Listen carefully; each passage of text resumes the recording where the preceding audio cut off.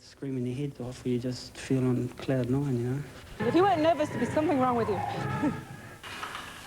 The thing about reaching one's full potential is sometimes it can take quite a while.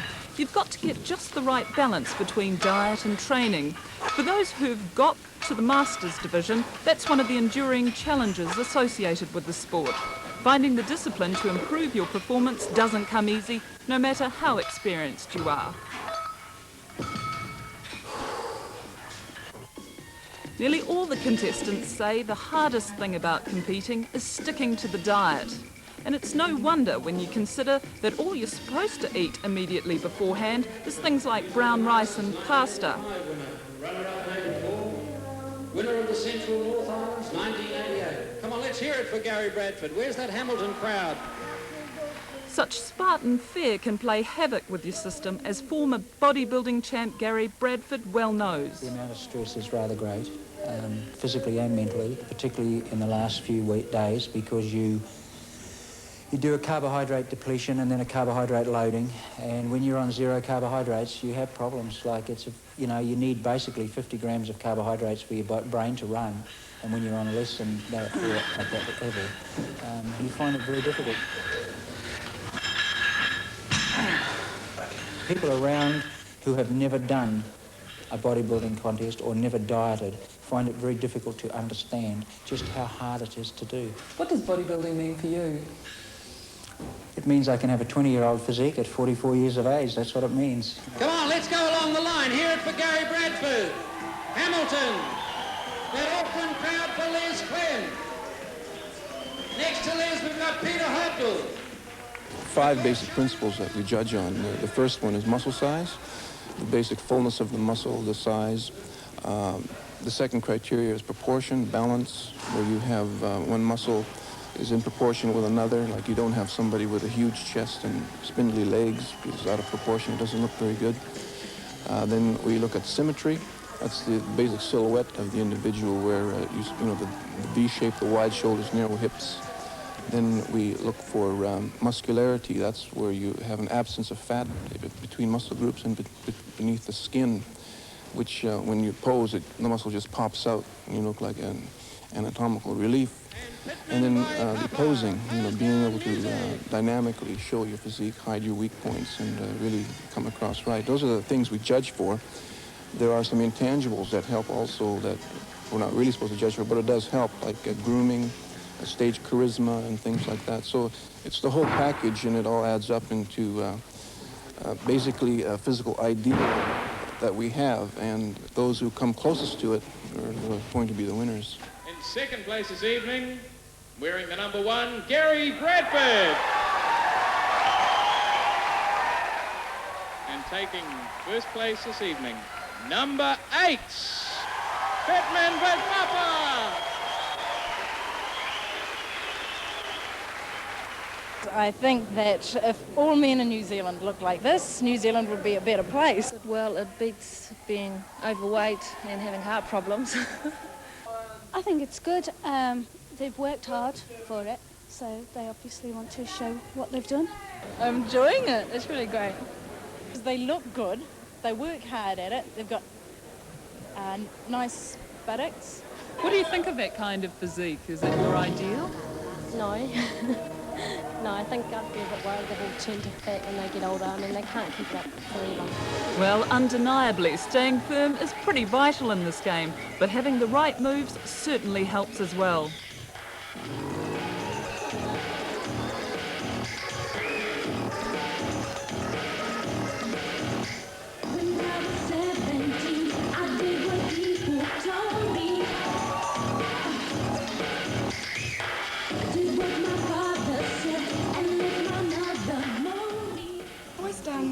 Quite a bit of ballet and aerobics, but I sort of felt like it wasn't really getting me anywhere. Like, sure, it did a lot for me, but I wanted to make my body feel more in proportion. And the other, like, it sort of builds up the top of you. Like in ballet, you just sort of end up with very muscular legs, and so I felt it was really out of proportion.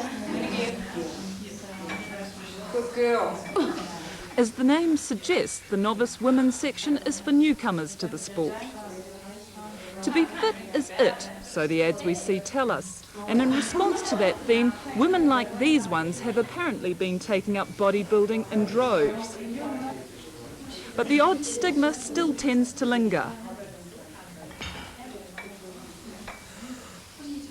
The girls that I work with, I'm sure they don't approve. I think they sort of admire me too, but they don't really approve. And there's a lot of men, and some of them are really for it. They prefer their women soft and cuddly. While a lot of other men have really, like my boyfriend, he's not a bodybuilder at all, but he really appreciates it.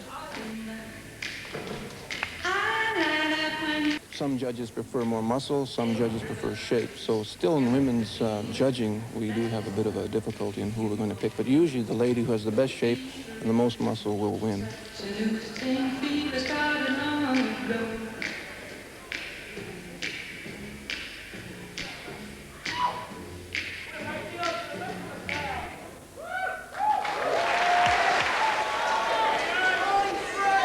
And now the big one in the novice women's section this evening.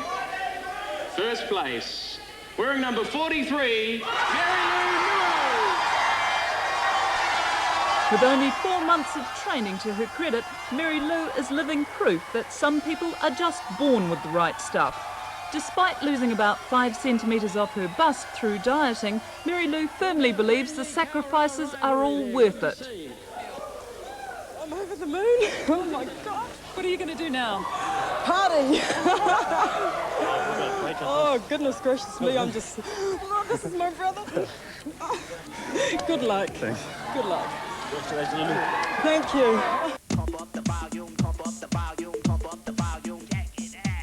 Being a well-matched couple has a very specific meaning in terms of bodybuilding.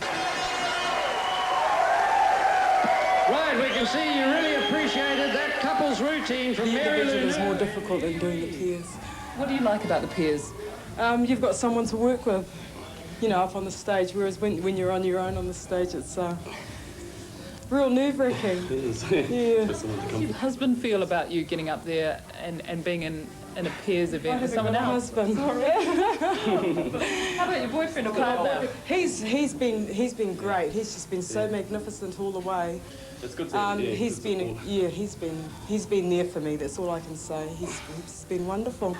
The couples category tends to be a real winner with the audience, and it's hardly surprising. And the winners of the couples division, keeping it in the family. In first place, number 62, Mary Lou Newell and Eddie Reed.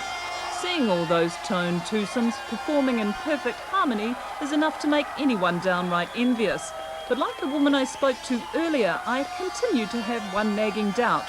Surely these bodybuilders can't keep it up forever. The use of steroids is strictly banned in amateur competitions like this one.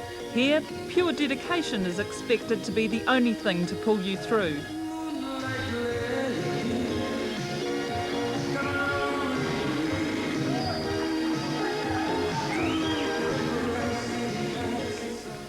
That was my biggest challenge for me to do bodybuilding, was to get up on stage in front of people. I just hate it in front of people. But when they're yelling at you, sometimes you hear them, sometimes you don't. And it just really spurs you on. If it's silence, you think, what am I doing wrong? Obviously not much, judging by her win here in the under 52 kilos class. What's your next move? A wee bit of a rest. Like training 3 days a week instead of 6 or 7. Enjoy summer, get ready for next year.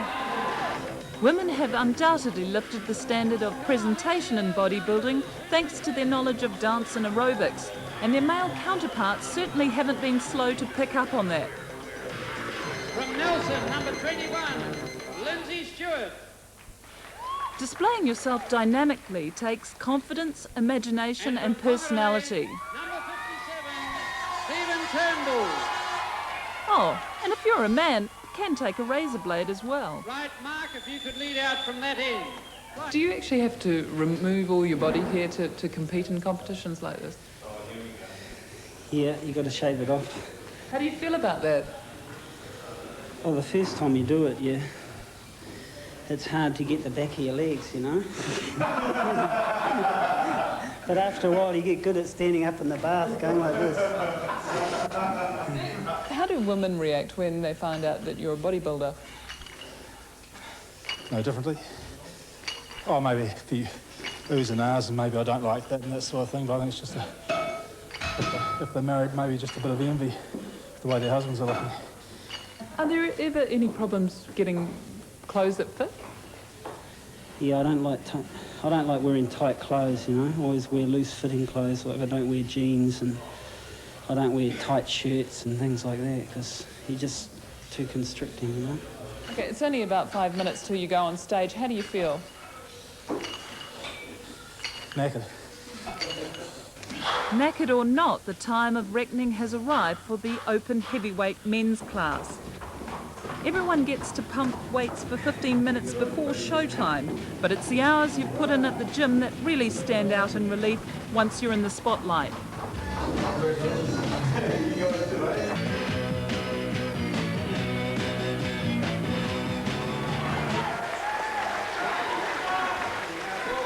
Take places at the back of the stage. Thanks, Brendan. The audience out there is dying to hear who the winner of this division is. In first place, number 56, Warren Finn.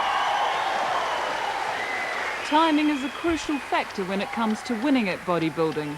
That's because to achieve a peak level on a particular date is obviously very difficult, and fleeting as well. The bodies you've just seen can probably be summed up in a few words: impressive, attractive, and just a bit intimidating. But whatever build you are, from couch potato to beanpole, the important thing is to be at ease with what you are. With this sport, it's a finely tuned balance between mental and physical well-being.